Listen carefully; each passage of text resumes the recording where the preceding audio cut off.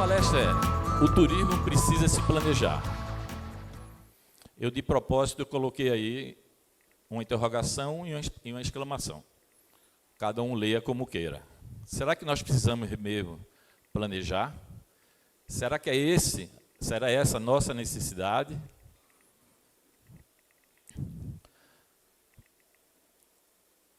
Um conceito para planejamento. É uma ferramenta de gestão e administração visando preparação, organização e estruturação para atingir um determinado objetivo. Não se preocupem, eu não vou dar aula de planejamento, tá? Vou focar na nossa área. Mas é isso, tudo aquilo que o Rodrigo falou aqui, a gente precisa sempre ter isso em mente. Lá, cadê Ed? Está aí? Ed? Não está. No ônibus, quem estava no ônibus comigo?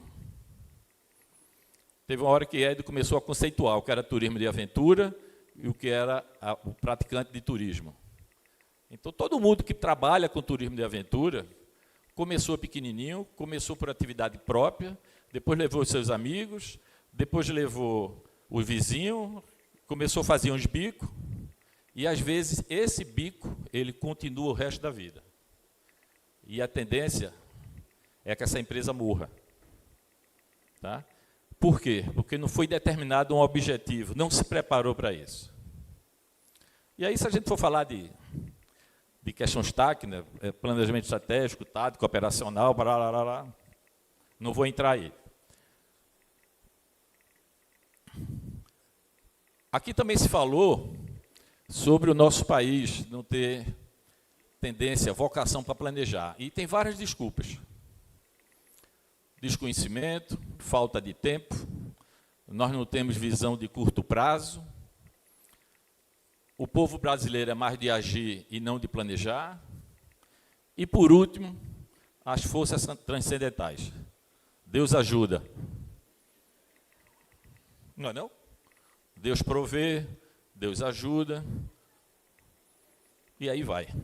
E quando dá a desgraça, Deus me esqueceu. Estou falando de Deus, mas pode ser qualquer outro ser espiritual. Mas é isso que acontece. A gente tem sempre desculpa para não fazer nada, para não se planejar, para não se preparar para crescer. Também foi dito aqui ontem, eu acho que foi o prefeito, alguém falou aqui, a gente precisa preparar o ambiente, mas precisa preparar as pessoas. Preparar as pessoas, a gente está preparando as empresas, está preparando o destino. Como é que se prepara? Se prepara planejando. E aí, quais são essas razões? Vamos dar uma questão de cenário para vocês. Qual é o perfil das empresas do Brasil? Dados de 16 de outubro, a semana passada. Nós temos 23 milhões de empresas no Brasil cadastradas. Só que 90,5% ela é microempresa individual e EPP. Então, menos de 10% são de empresas formalmente, ou empresas grandes, médias e estabilizadas. O que é que isso leva aqui? O que é que a gente entende daqui? Tudo começou no fundo de capital, todos são microempreendedores, todos são pequenininhos, e que, às vezes, se esquecem de se preparar, se esquecem de planejar. E se nós formos olhar aqui, 50% são de serviços, onde nós estamos dentro desse setor. E desses 50% de serviço, 92% volta microempresa individual, etc. É a famosa meu empresa. Eu empresa. E esse eu empresa, a gente às vezes esquece de fazer alguns planejamentos. A informalidade. Isso dado de, agora, setembro. Aquilo que eu falei para vocês, de 90% são microempresas, ou microempresas individuais, fora aquele pessoal pequenininho, 39% vive na informalidade. E é isso que entra o problema. Principalmente em pequenas localidades que estão começando a se programar com turismo, tem muito aventureiro, e que começa a fazer com quintal de casa, pega um pedaço de corda, uma bota bonita e vai vender produto. E aí, por cima, vem também dados agora do primeiro trimestre de 2023, fora tudo isso, ainda temos 13 milhões de empregados sem carteira assinada. Mais uma vez, informalidade.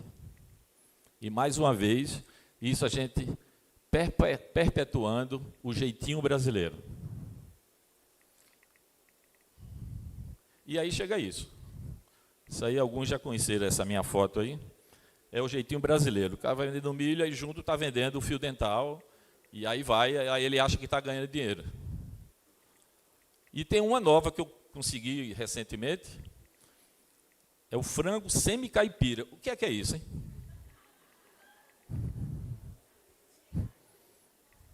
Eu acho que é aquele cara que faz um regime de presídio, como é que é?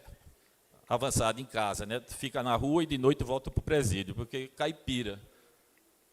O frango semi-caipira, eu não sei como é que é isso, mas é o brasileiro. Tá? E aí a gente fala isso, vocês ficam rindo, mas isso acontece nas nossas atividades. Você chega no Rio Grande do Norte, cadê o pessoal? Vivi está aí, não? Aí tem aquela história, né? Você quer com aventura ou sem aventura? A última vez que eu estive lá, o cara disse, olha, eu quero voltar vivo. Com aventura ou sem aventura, o seu problema é seu. Mas nós gostamos disso. Como é que eu vou chegar para um camarada, o cara me tem um produto que ele me dá duas opções? É o jeitinho brasileiro e somos nós que damos condições para que isso exista. E nós estamos aqui juntos para tentar evitar. Foi dito aqui, o que é que a gente pode fazer para melhorar a visão do Brasil lá fora? Aqui está na galinha semi-caipira. Eu falei, aqui em Gramogol, no Conecta que nós fizemos, tinha um empreendedor aqui que disse que alguém ligou para ele e disse, quanto é que é o teu produto? Ah, meu produto é tal. Ah, está muito caro. Não, senhora, mas a senhora vai ter água, vai ter fruta, vai ter seguro. Aí o cliente do outro lado fez, e sem seguro, quanto é? Esse é o cliente que nós vamos encontrar no dia a dia. O que foi que eu respondi para a plateia? Você diz que esse cliente não lhe interessa. Não foi isso, o Gui ali? Você vai dizer que não lhe interessa. Ou seja, o nosso cliente, eu duvido que uma pessoa fora do Brasil vá perguntar para alguém, quanto é a tua atração, tua atividade? Com seguro ou sem seguro? Eu, no meu empreendimento, eu nem digo que tem seguro, e aconselho ninguém a dizer que tem seguro. Para que dizer que tem seguro? Sabe o que vai acontecer? Não sei com vocês, mas um cara já vem de casa machucado, simula uma queda, quando ele sabe que tem seguro, para poder pegar o dinheiro da gente. Mas esse é o nosso ambiente. Capacitação, foi falado aqui também pelo Rodrigo. Oi. Calma. Um dos últimos relatórios da WTTC,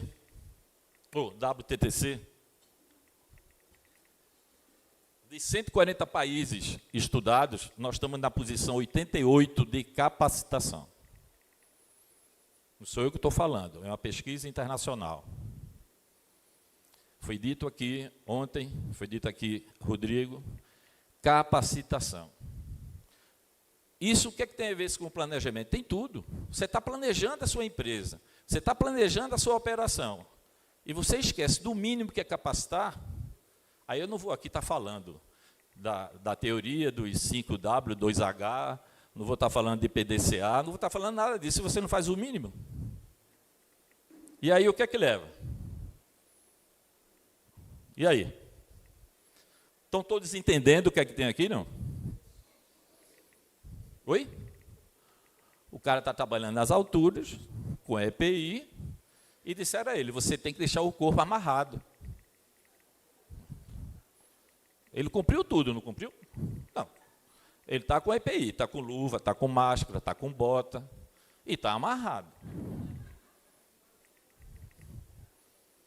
E aí?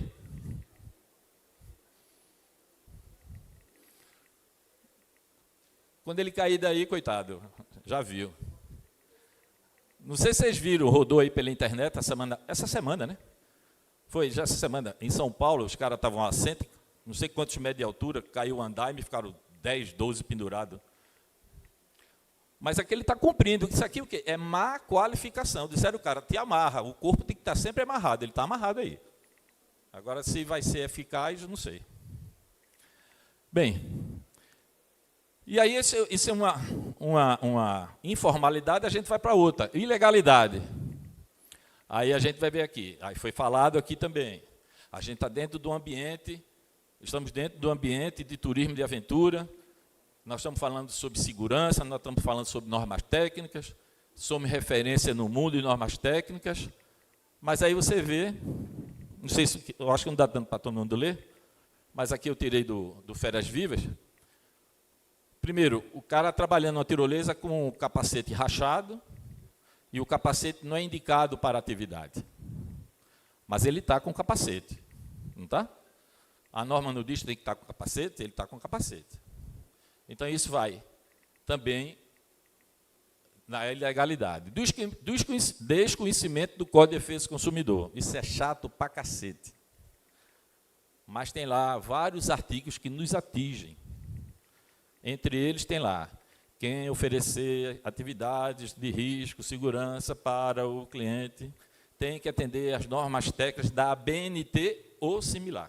Não vou entrar em discussão, porque a ABNT é pago ou é de graça, eu não vou entrar nisso. Mas está lá no Código de Defesa do Consumidor. E aí, ó, quem tem agência, a agência de turismo é responsável por turista em caso de acidentes. Já tem uma jurisprudência. Quem tem agência de turismo, não, eu vou vender o produto de Jaime. Se tiver algum problema, o problema é de Jaime. Quem está vendendo é você. E tanto a Lei Geral do Turismo quanto a Código de Defesa do Consumidor diz que você deve contratar serviços, a agência de turismo tem que contratar serviços que estejam atendendo às normas. Numa atualização do cadastro, essa que é pau. Nós vamos ver na frente que tem série de projetos que nós podemos desabilitar, mas o mínimo que tem que ter é cadastro. Até o ano passado, retrasado, tinha uma defasagem enorme no cadastro. No ano passado melhorou, esse ano vem melhorando, crescimentos em média aí das atividades, em média de 10% a 20%, mas ainda as pessoas recusam a fazer o cadastro. Né? Alguns estados, através do Ministério do Turismo, vêm fazendo campanhas para... Eu estava numa cidade lá no interior do Mato Grosso, e numa Beta Conecta, e fui dar minha caminhada de manhã, eu contei 12 hotéis, só no circuito que eu fiz. Aí, para me falar sobre cadastro, eu fui olhar o cadastro, tinham 6 hotéis cadastrados, pousadas, equipamentos hoteleiros, só apenas 6. Só numa caminhada de 6 quilômetros que eu fiz, eu encontrei 12. Ou seja, nós não valorizamos, a cadeia de turismo não valoriza essas informações. Consequências de tudo isso.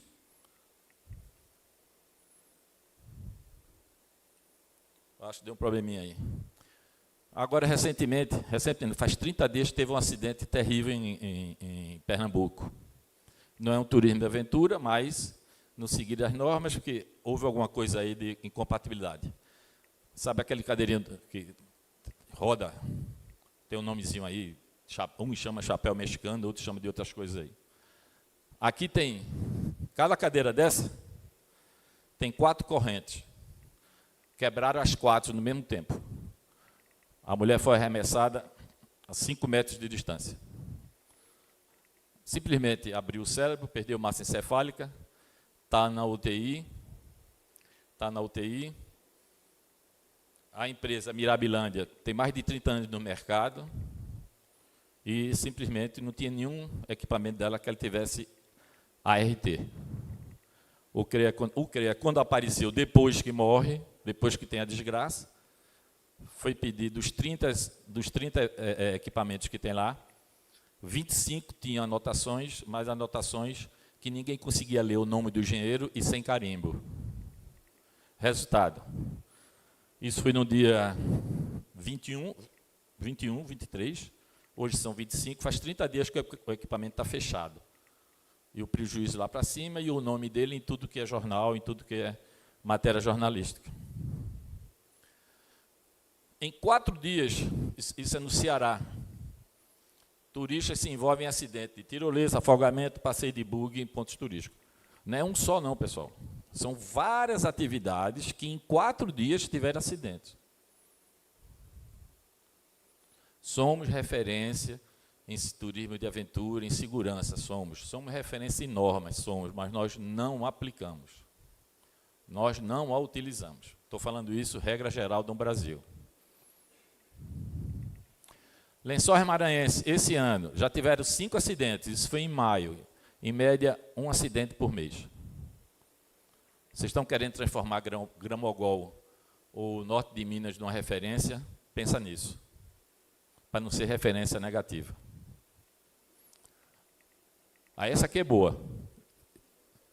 Motorista de 15 anos, envolvido num acidente com morte de turista no Ceará, que trafegava em duna perigosa.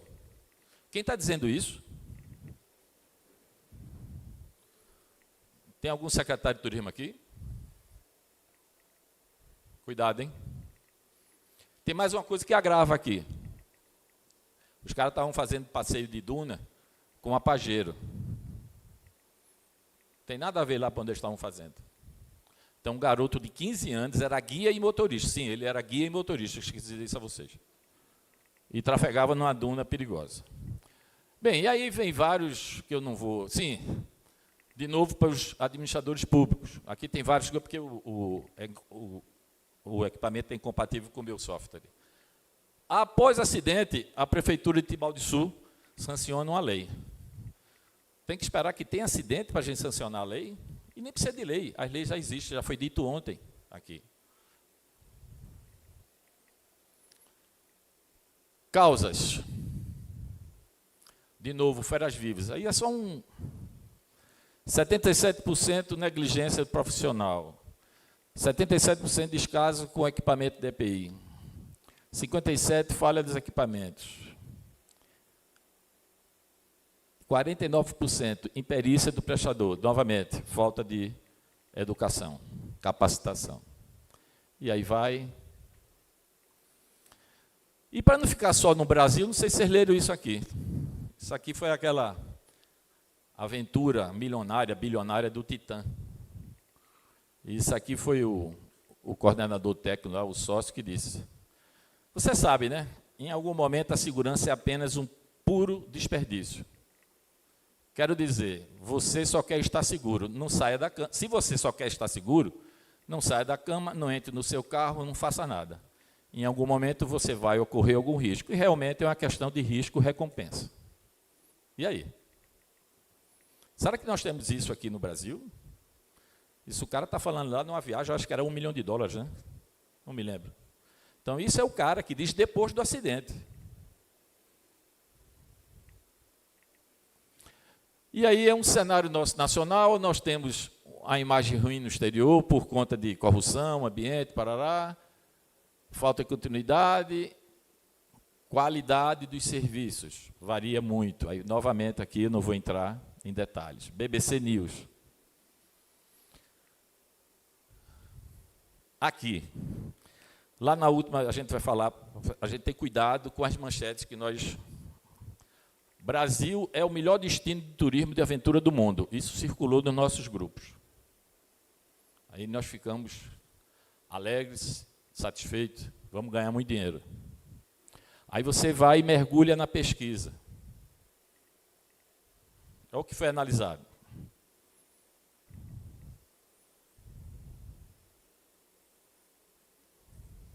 Eu vou voltar, tá? Brasil é o melhor turismo de destino de aventura do mundo. O S-News. Então, viu, amizade, o povo brasileiro é amigável. Festa, clima, paisagem cênica, e o último ali é sexy. Não sei porquê, mas 100 é sexy e fã. Não sei por quê. Mas isso é o dado que está lá dentro. Nós somos referência no Brasil? Somos. No mundo? Somos. Mas falta muito para a gente chegar lá. Muito. Quem trabalha com turismo internacional, quem trabalha com planejamento de turismo, sabe o que eu estou falando. A gente falta muito para fazer. Mas falta muito porque a gente precisa ter base, a gente precisa capacitar, a gente precisa se formalizar, a gente precisa estar legal, a gente precisa fazer o que é certo.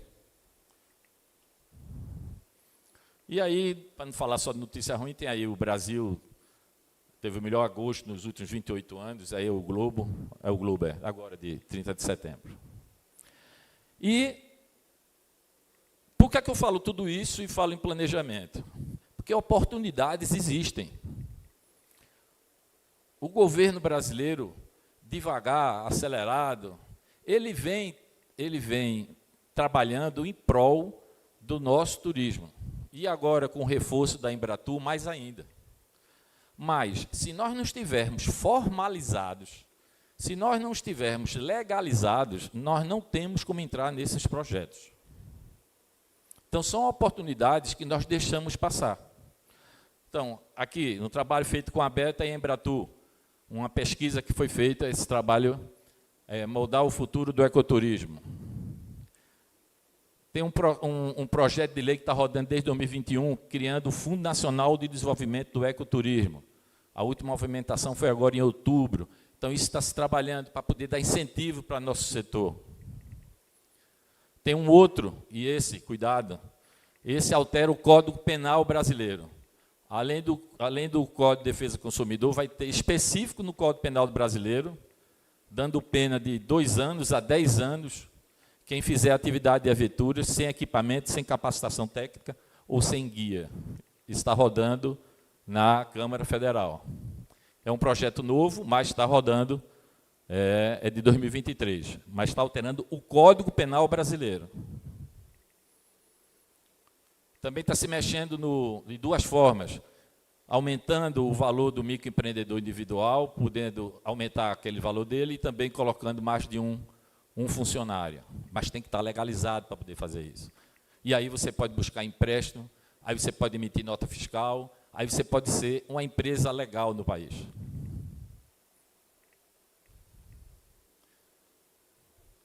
Isso o Rodrigo falou, o CAE. O CAE, isso é interessantíssimo. Você colocar as informações dos seus produtos para que eles possam analisar e divulgar internacionalmente, para vender o Brasil com nossos produtos. Mas só que a primeira pergunta que ele faz, ele te pede o CNPJ. Se nós formos ilegais, não tem como fazer. O Aventura Natural, o SP Ecoaventura, que já foi falado aqui, que a Beta vem fazendo junto com a Turismo 360. E, por último, oportunidades para nós, que é abrindo a abertura do escritório da OMT para a Américas e Caribe aqui no Brasil. Isso foi noticiado recentemente. Bem, estou terminando. Aí eu volto para conceito. Eu vou sair daquele primeiro conceito e vou para o segundo. Processo para alcançar objetivos de forma eficiente e eficaz.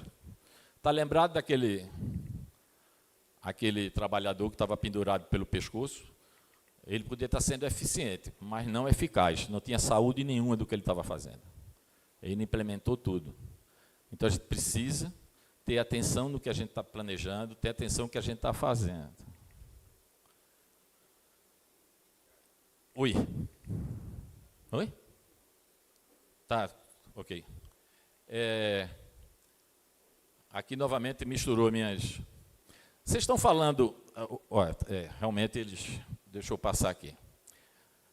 Então, o que fazer para planejar? Vamos voltar para a nossa apresentação. Primeiro, vocês têm que definir o seu negócio e o público-alvo. Não adianta sair atirando para tudo que é lado. Para sair daquela... Descobre uma potencialidade e aí acha que pode... eu vou para a cachoeira. Não, mas no meio da cachoeira eu tenho uma trilha. No meio da trilha eu tenho uma fazendinha que eu vou levar o povo. Aí você começa a não ter um produto não ter ser diferenciado, e você, no meio do caminho para frente, você vai se perder, com certeza. Formalizar, já falamos muito disso. Capacitar, valorizar os seus recursos humanos. Valorizar os seus recursos humanos. Ele que está na ponta, e ele é que é o responsável. Alguém também falou aqui, eu acho que foi o Rodrigo, sobre vidas. Nós trabalhamos com vidas. Então, na hora que a gente vê um empreendimento que tinha 30 anos de funcionamento, não lembro que tenha tido algum evento com ele. Um simples equipamento arremessa uma pessoa a 5 metros de velocidade, quem estuda física sabe qual é o impacto que aconteceu nisso. Acompanhar e analisar efetivamente sua operação. Bem, é isso que eu queria falar. Como eu disse a vocês, o pessoal de Noronha não joga em pé de mim não, tá? No início desse século, eu fui diretor em Fernando Noronha, fui diretor de planejamento e infraestrutura. Um certo dia eu peguei uma pesquisa, eu falei, quem deseja ir para Noronha? Aqui. Porra. Bem, lá em 2001, início do século, acho que alguns aqui não tinham nascido, eu fui diretor de planejamento e infraestrutura. E há muito tempo eu gosto de trabalhar com pesquisa. E aí eu fui analisar uma pesquisa dizia o seguinte, 84%, 85% das pessoas que estavam indo para Noronha a primeira vez. Primeira vez. Chamei o empresariado, conversamos. Eu não vou entrar nisso, porque tem representante de Noronha aqui, não vou falar. Bem, passado 1/4 do século, agora em setembro do ano passado, há um ano, aí novamente fizeram outra entrevista. 78% estiveram em Noronha pela primeira vez. 96% consideraram a viagem superou. 94% classificou como bom e ótimo. 98% afirmaram que recomendaria o destino. E 90% têm intenção de retornar. Tá. Só dá índice bom. Mas, apenas 78%, ou apenas 22% voltaram, ou voltam. Eu não vou aqui analisar pesquisas com vocês. Eu estou dizendo que vocês têm que entender o seu negócio. Não vá atrás de manchete. Meu pai dizia, apurado não é lucro. Aprendi isso com meu pai, era contador. Então, às vezes a gente tem uma imagem do nosso produto, aí eu volto para aquele, a gente começa a diversificar, começa a ter muito cliente, mas vai ter um ponto da curva que a gente vai começar a negativar.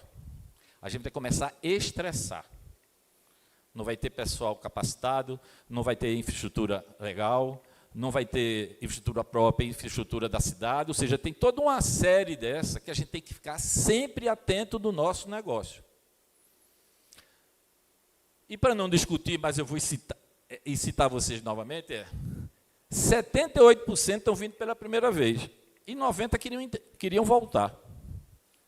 E 94% disseram que era bom, 95% disseram que eu estou na maravilha. Depois os Miller fazem uma palestra e me explica. Sou eu que estou dizendo não, foi a pesquisa, tá?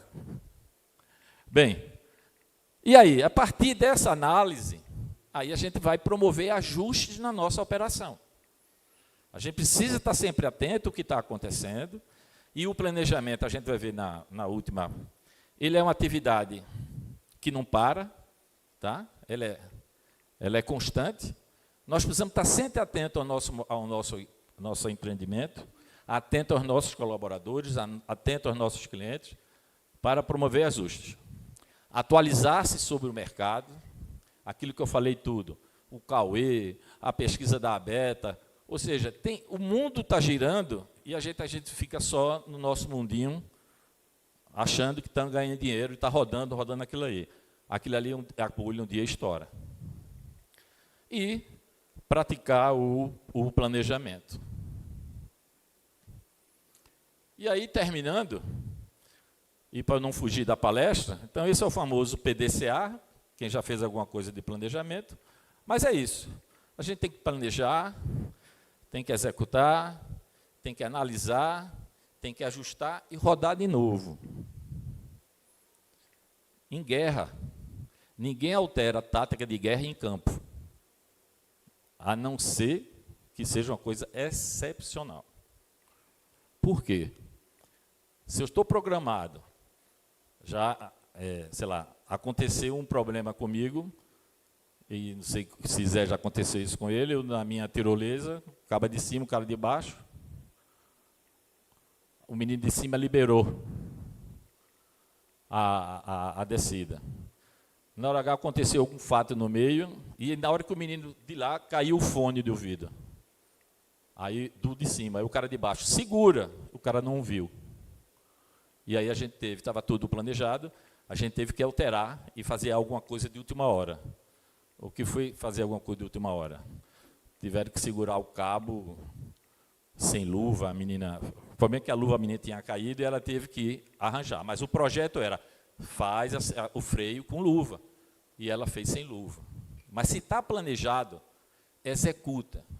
Observa, ajusta, analisa, observa, ajusta e replaneja.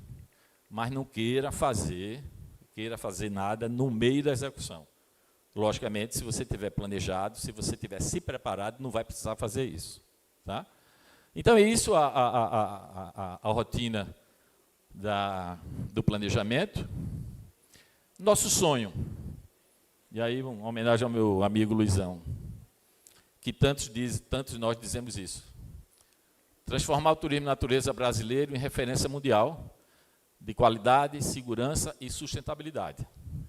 Mas, se nós, antes de planejarmos, e faz parte do planejamento, se nós não preocuparmos na base, nós não preocuparmos em sermos formais, sermos legais, estarmos dentro de tudo, e voltando para aquela o jeitinho brasileiro de ser informal, de fazer a coisa para o vizinho, fazer a coisa na família, nós não vamos chegar a alcançar esse sonho. Tá? Bem, agradeço a vocês e fico à disposição. Tá bom? Obrigado.